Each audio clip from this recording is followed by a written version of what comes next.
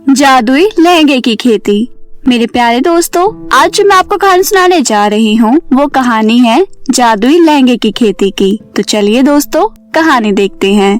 काशीपुर के एक छोटे से गांव में कौशल्या नाम की एक औरत रहती थी। कौशल्या की 2 बेटियां थी, मुस्कान और रागिनी। कौशल्या के पति अनिल की 5 साल पहले रोड एक्सीडेंट में मृत्यु हो गई थी। पति की मृत्यु के बाद कौशल्या पूरी तरह से टूट जाती है, क्योंकि अब परिवार चलाने वाला कोई नहीं रहा। कौशल्या के ऊपर ही दोनों बच्चों की जिम्मेदारी आ जाती है। कौशल्या बहुत ही गरीब थी। वो किसी तरह दूसरों के घरों में काम करके दोनों बच्चों का पेट पाल रही थी। काम करके शाम को जब कौशल्या घर आती है, देखो ना माँ, रागिनी को क्या हो गया है, सुबह से ही बहुत रो रही है।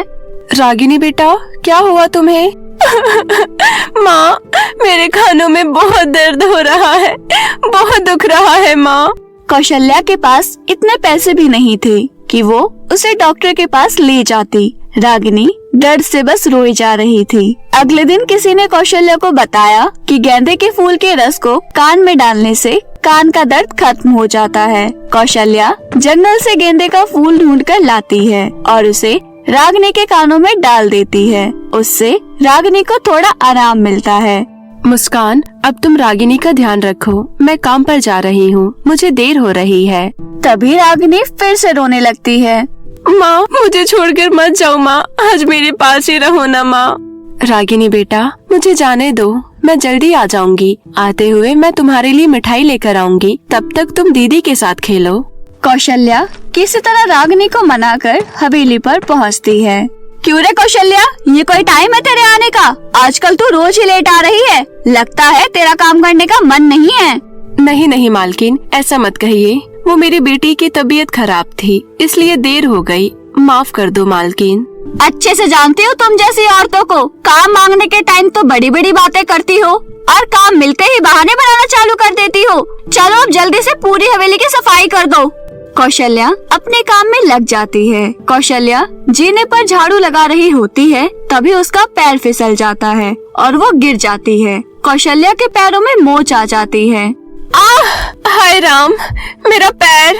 कौशल्या के पैरों में बहुत ही तेज दर्द हो रहा था।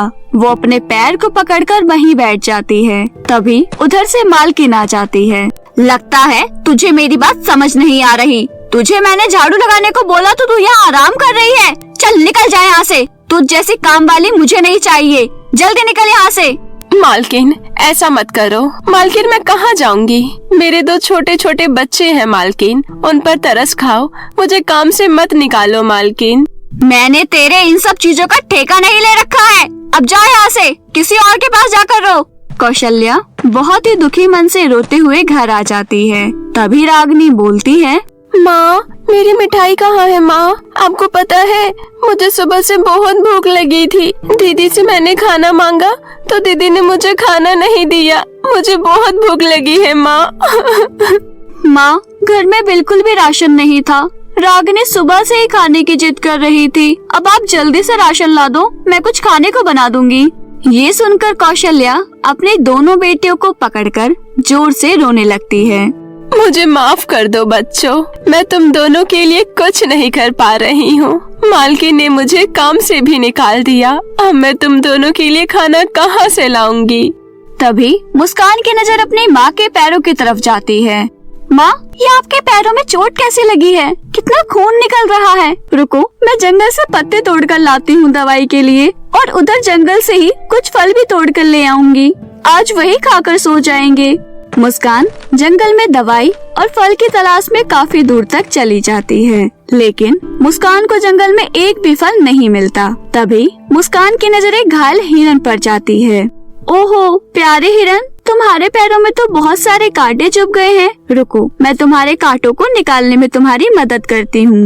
मुस्कान हिरन के पैरों से सारे कांटे निकाल देती है। कांटे निकलने के बाद हिरन बिल्कुल ठीक हो जाता है। तुमने मेरी मदद की प्यारी लड़की, इसके बदले में मैं तुम्हें जादुई लहंगे का बीज देता हूँ। जादुई लहंगों का बीज? हाँ, जादुई लहंगों का बीज। इस बीज को अपने खेतों में लगा देना, इससे तुम्हें बहुत सुंदर सुंदर लहंगे मिलेंगे, जिसे बेचकर तुम अपने जरूरत की सारी चीजें खरीद सकती हो।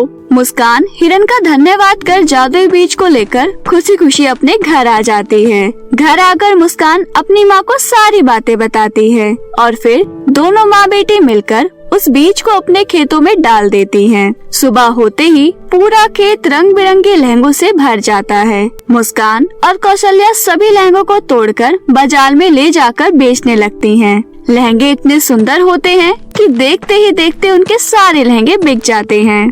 माँ, आज तो बहुत अच्छी कमाई हो गई है। पूरे 10,000 रुपए के लहंगे बिके हैं आज। इतने पैसे तो मैंने आज तक नहीं देखे थे। तुम सही कह रही हो मुस्कान। ईश्वर की कृपा से अब हमारी सारी परेशानी दूर हो गई।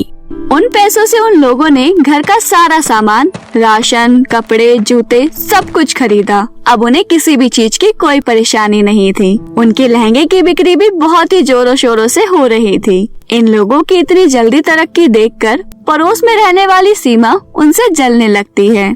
आखिर ये भिखारी लोग इतना अच्छा माल लाते कहाँ से हैं? जब से इन लोगों ने लहंगा बेचना स्टार्ट किया है तब से तो मेरा धंधा ही चौपट हो गया। इन लोगों का कुछ तो करना पड़ेगा।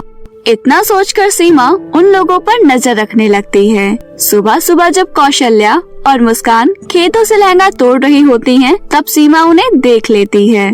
अच्छा, तो ये माजरा है। ये सब जादुई लहंगे की खेती की मदद से हो रहा है। मैं इस खेत को ही जलाकर राख कर दूंगी। ना रहेगा बांस, ना बजेगी बांसुरी। फिर देखती हूँ कैसे ये लोग लहंगा बेचते हैं। सीमा एक रात मौका देखकर लहंगों के खेतों में पहुंचकर एक मशाल लेकर खेतों में फेंक देती है। अब आएगा मजा। इतना बोलकर सीमा जैसे ही घर की तरफ आने लगती है, वो आग की मशाल सीमा तक बढ़ने लगता है। अरे, इसको क्या हो गया? ये मेरी तरफ कैसे आ रहा है? भागो रे भागो! सीमा भागने लगती है, लेकिन वो आग का मशाल उसका पीछा नहीं छोड़ता है। मुझे माफ कर दो, मुझसे गलती हो गई। अब मैं कभी उस खेत की तरफ नहीं जाऊंगी और ना ही कभी कौशल्या को परेशान करने का सोचूंगी। प्लीज मुझे माफ कर दो मुझे। ठीक है, अगर तुमने दोबारा कौशल्या को परेशान करने की कोशिश की, फिर मैं तुम्हें इसी आग में जलाकर भस्म कर दूंगा। नहीं, मैं कौशल्या तो क्या, अब से मैं किसी को परेशान करने का नहीं सोचूंगी। मुझे माफ कर दो, मुझे अपनी जिंदगी बहुत प्यारी है। मैं अब किसी को परेशान नहीं करूंगी। सीमा के इतना बोलते ही वो आग का मशाल वहाँ से गायब हो जाता है और इधर कौशल्या, मुस्कान और रागिनी उस जादुई लहंगे के खेतों के साथ खुशी खुशी रहने लगते हैं। तो मेरे प्यारे दोस्तों, इस कहानी से हमें क्या सीख मिलती है, हमें कमेंट में जरूर बताएं और अपने दोस्तों के साथ जरूर शेयर करें। और हाँ दोस्तों, अगर आपने अभी तक हमारे चैनल को सब्सक्राइब नहीं किया है तो जल्दी से नीचे लाल बटन दबाकर अभी सब्सक्राइब कर लें। साथ ही बेल आइकन को दबाना ना भूलें। तो मिलते हैं आपसे फिर किसी ऐसी ही नई मजेदार सीख भरी कहानी के साथ। तब तक के लिए अपना ध्यान रखिए। धन्यवाद।